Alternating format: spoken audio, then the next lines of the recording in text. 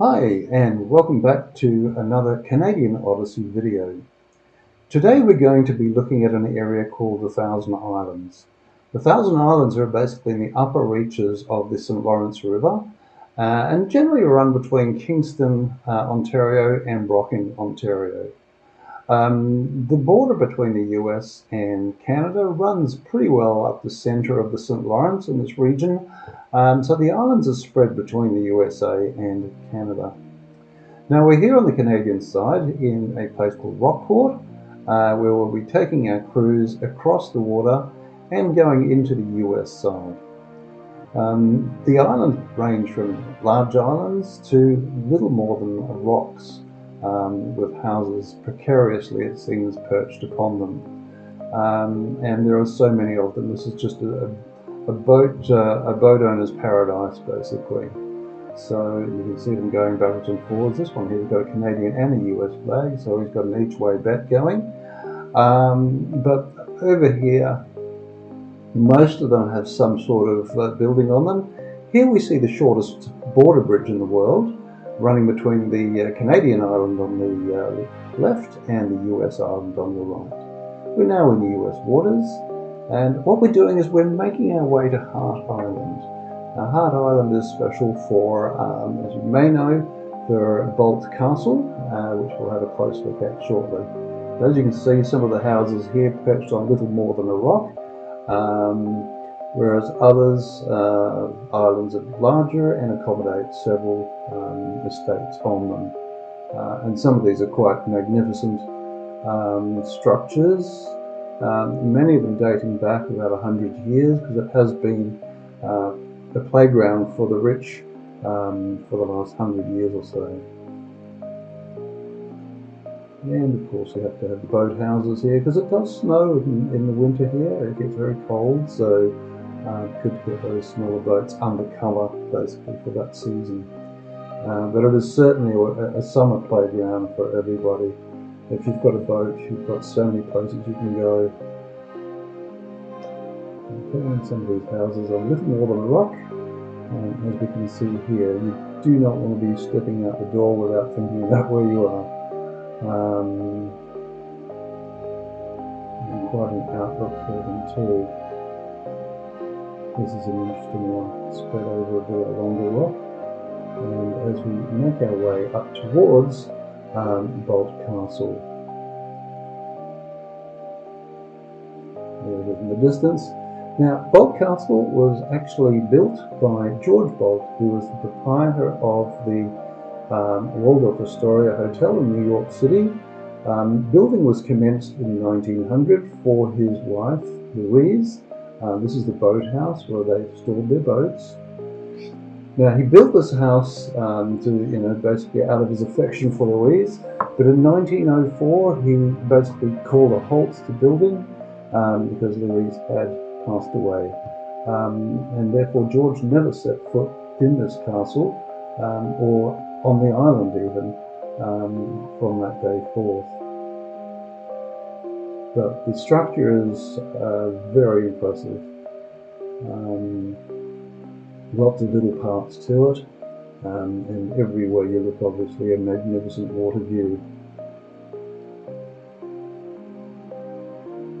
Now, the castle basically fell into rack and ruin when building was called off. It was abandoned.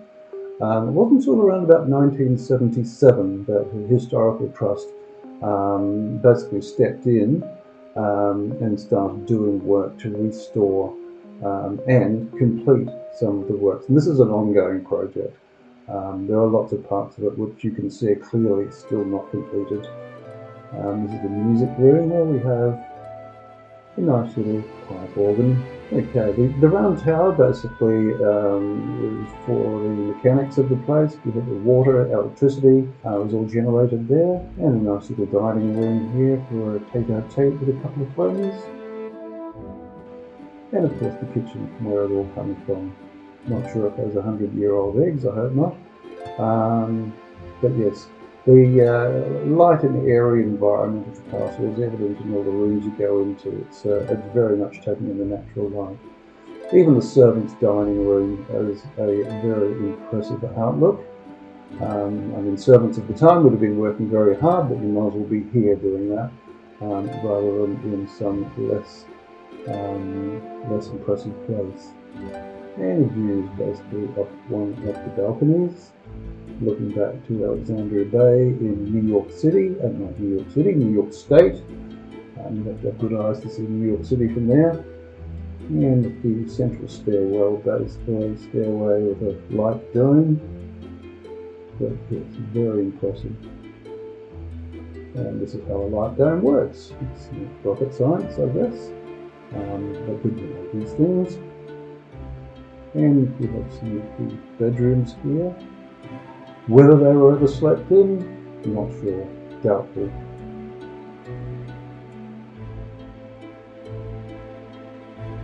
Once again, very light and airy. Imagine walking out onto that balcony and looking out over the waterways there.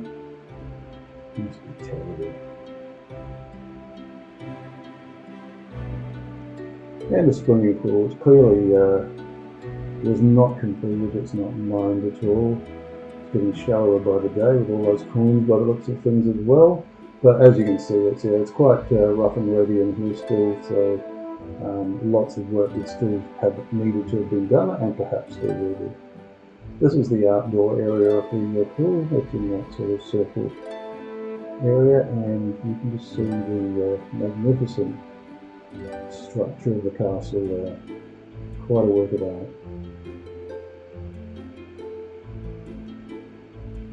And once again, amenities, engineering area, power, water, etc. And this is actually a games room under here, including a bowling alley.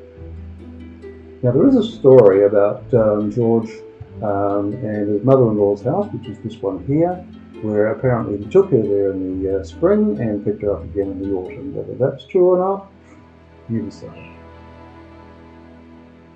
Now the Thousand Islands, you probably have heard of a dressing by that name, and this is where it comes from. Reputedly, it was actually created by George Boldt's chef and then named after this region.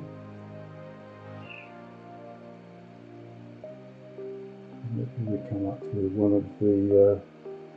one more of the sort of residences here. All the amenities of boat houses and various other things. But looking at it the other way, here we are in a cruise boat going along looking in their windows. So are they really getting away from it all?